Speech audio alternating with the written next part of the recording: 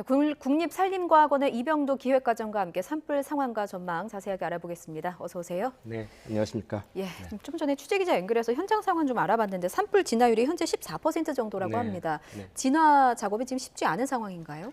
예, 맞습니다. 지금 그 현장에서 강한 바람이 또 다시 불고 있고요. 예. 특히 이제 그 여름 산불이기 때문에 연기가 많이 나면서 진화 헬기가 작업하는데 좀 어려움을 겪고 있습니다. 네. 그리고 또 이제 주변에 민가와 또 밀양 그 시청 주변으로 시내 읍내가 있기 때문에 그 부분도 보호해야 될 대상도 지금 많은 상황입니다. 네.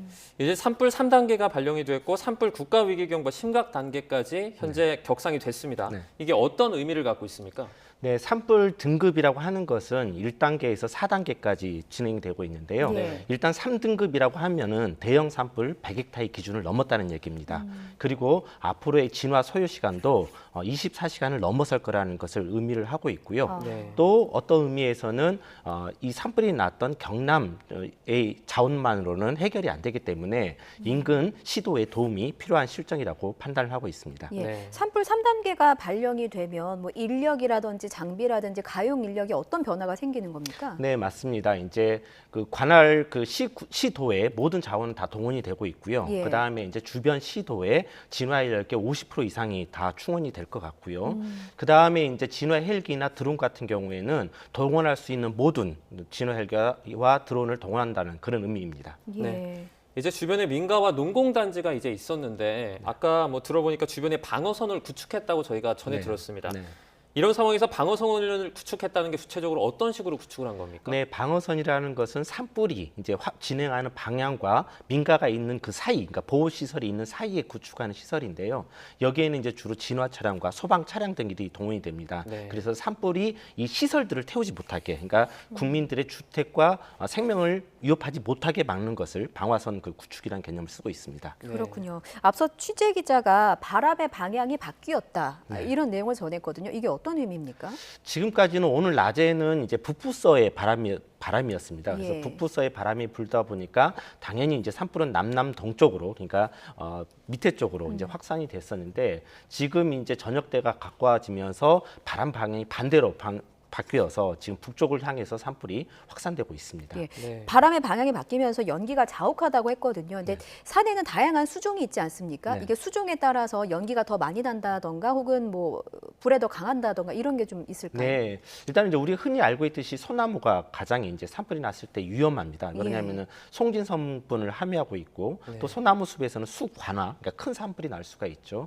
그러다 보니까 위험한데 지금 이제 연기가 많이 나는 이유는 여름 산불이라서 그렇습니다. 그래서 왜 그러냐면 이 여름에는 이제 살아있는 풀이나 나무가 타게 됩니다. 그러니까 수분이 더 많이 보유하고 있는 거죠. 예. 그러면서 이 수분이 연기하고 섞여서 나오면서 이제 저렇게 앞이 자욱하게 연기가 많이 발생하게 됩니다. 네. 그렇다면 여름 산불이라면 진화하는 방법도 좀 달라지는 겁니까? 대응하는 방법에 있어서? 예, 맞습니다. 여름 산불은 이제 상당히 좀 진화하기가 좀 어려운 게 사실이고요. 예. 특히 이제 잎이 나고 있기 때문에 진화 헬기에서 물을 뿌려도 이제 지표면으로 잘 침투가 안 되는 경향이 있고 특히 또 진화대원들도 더운 여름에 이제 진화를 하게 되다 보면은 체력이 빨리 소모가 됩니다. 그래서 안전사고도 되게 조심을 해야 되고요. 특히 이제 진화 헬기가 철수하고 난 다음에는 이 진화 대원들이 직접 산에 접근을 해서 불을 좀 끌 것으로 이렇게 판단하고 있습니다. 네. 예. 그럼 이제 소방당국이 진화하고 있는 상황을 봤을 때 지금 이것이 야간 산불로 이어질 가능성은 좀 높다고 봐야겠죠. 예, 지금은 이제 그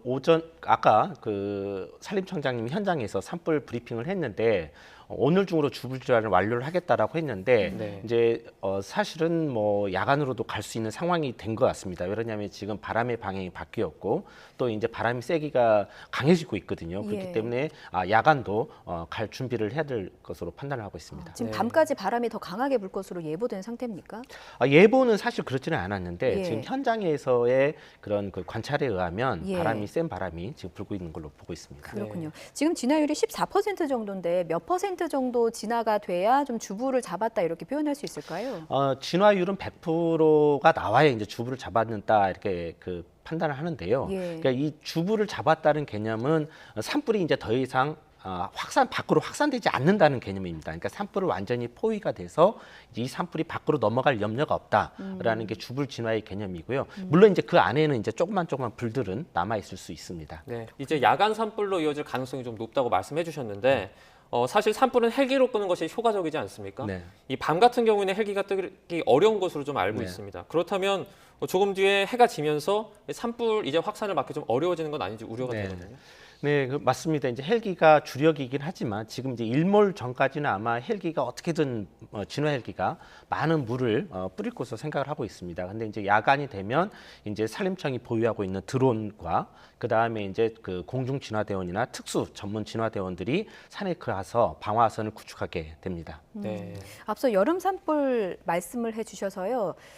연기가 자욱한 상태고 진화를 했다 하더라도 그 숨어있는 불씨가 완벽하게 진화가 되지 않았다면 이미 진화가 완료된 지역이라 하더라도 여기서 다시 불씨가 살아날 가능성도 있는 겁니까? 네, 충분히 있습니다. 예. 지금 이제 산림이 계속 울창해지고 있기 때문에 숨어있는 불씨들이 언제든지 다시 재불이 될 수가 있고요. 그래서 이제 산림청에서는 이걸 막기 위해서 저 지역이 주불이 완료됐다 하더라도 짧게는 3일, 길게는 7일 정도를 진화 헬기도 배치를 하고 감시원을 배치해서 이렇게 잔불이 살아나자마자 즉시 끄는 그런 작업을 추가적으로 수행을 하게 됩니다. 네. 이제 현재 진화에 있어서 가장 어려운 게 있다면 어떤 것들이 있을까요?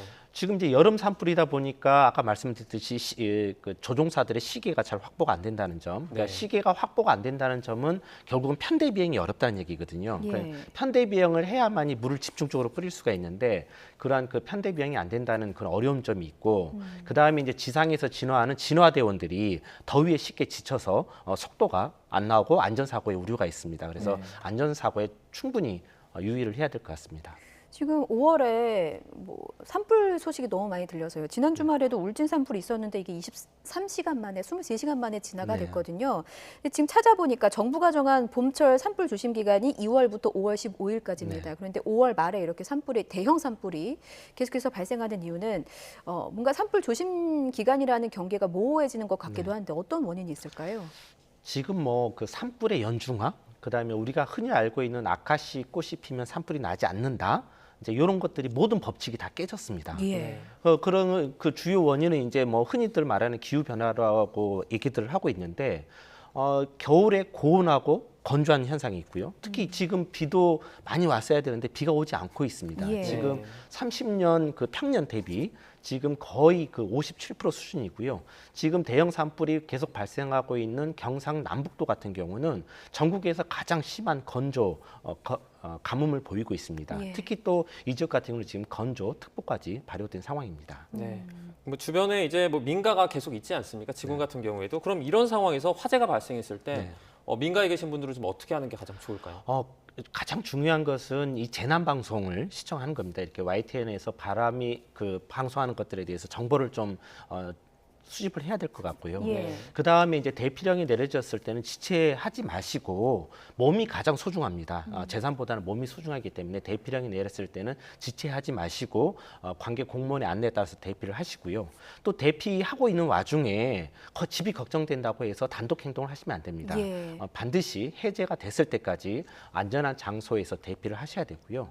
대피하실 때는 반드시 창문과 문 등을 모두 다 닫으시고 그다음에 화기 가스통 같은 경우는 다 잠그시고요. 특히 이제 애완동물이 있는 그리고 또 가축을 키우시는 분들은 문을 열어서 가축이 스스로 대피할 수 있도록 그렇게 안내를 해야 됩니다. 네. 부득이한 경우에 대피를 하지 못한 분들이 계시다면 집 안에서 어떤 조치들을 좀 취할 수 있습니까?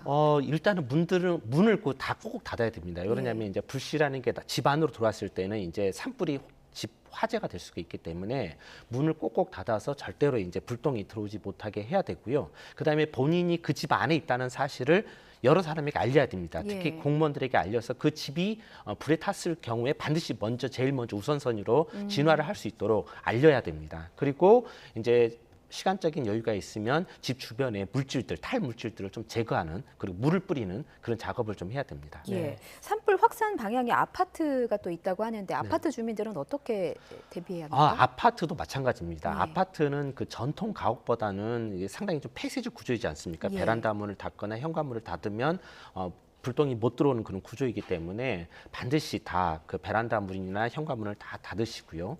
그리고 이제 연기를 또 굉장히 중요합니다. 이제 연기는 천식을 유발하는 물질들도 많고 네. 그다음에 미세먼지도 굉장히 많기 때문에 어린이나 노약자 그다음에 이제 그 호흡기 질환자들은 연기를 맞지 않아야 됩니다. 그래서 연기가 온다 그러면은 화염뿐만 아니라 연기가 오는 경우에도 대피를 하는 게 좋은 방법입니다. 네. 이처럼 건조한 시기에 산불 예방을 하려면 좀 어떤 부분을 주의해야 할까요?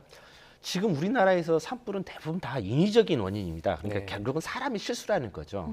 그래서 이제 이러한 사람이 실수에 의해서 불이 나기 때문에 이건 역으로 말하면은 사람들이 화기 사용을 산이나 산 외에서 안 하게 되면 결국은 불이 안 난다는 의미가 있거든요. 지금 얼마 전에 났던 산불도 결국은 그 용접 불씨가 띈 걸로 돼 있고요. 예. 그렇기 때문에 이렇게 건조한 시기에는 조그마한 불씨 사용도 산에서는 산불로 이어질 수 있다는 것을 좀 명심했으면 좋겠습니다. 네. 잔악계나 산불 조심이라는 표현을 우리가 어렸을 때부터 썼는데 너무나 필요한 상황인 것 같고요.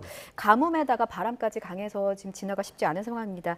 단비가 절실한데 이 지역에 계신 분들은 YTN 방송 계속 청취하시고 시청하시면서 좀 상황을 대비하시는 게 좋겠습니다. 지금까지 국립산림과학원 이병도 기획과장이었습니다. 말씀 잘 들었습니다. 고맙습니다. 고맙습니다.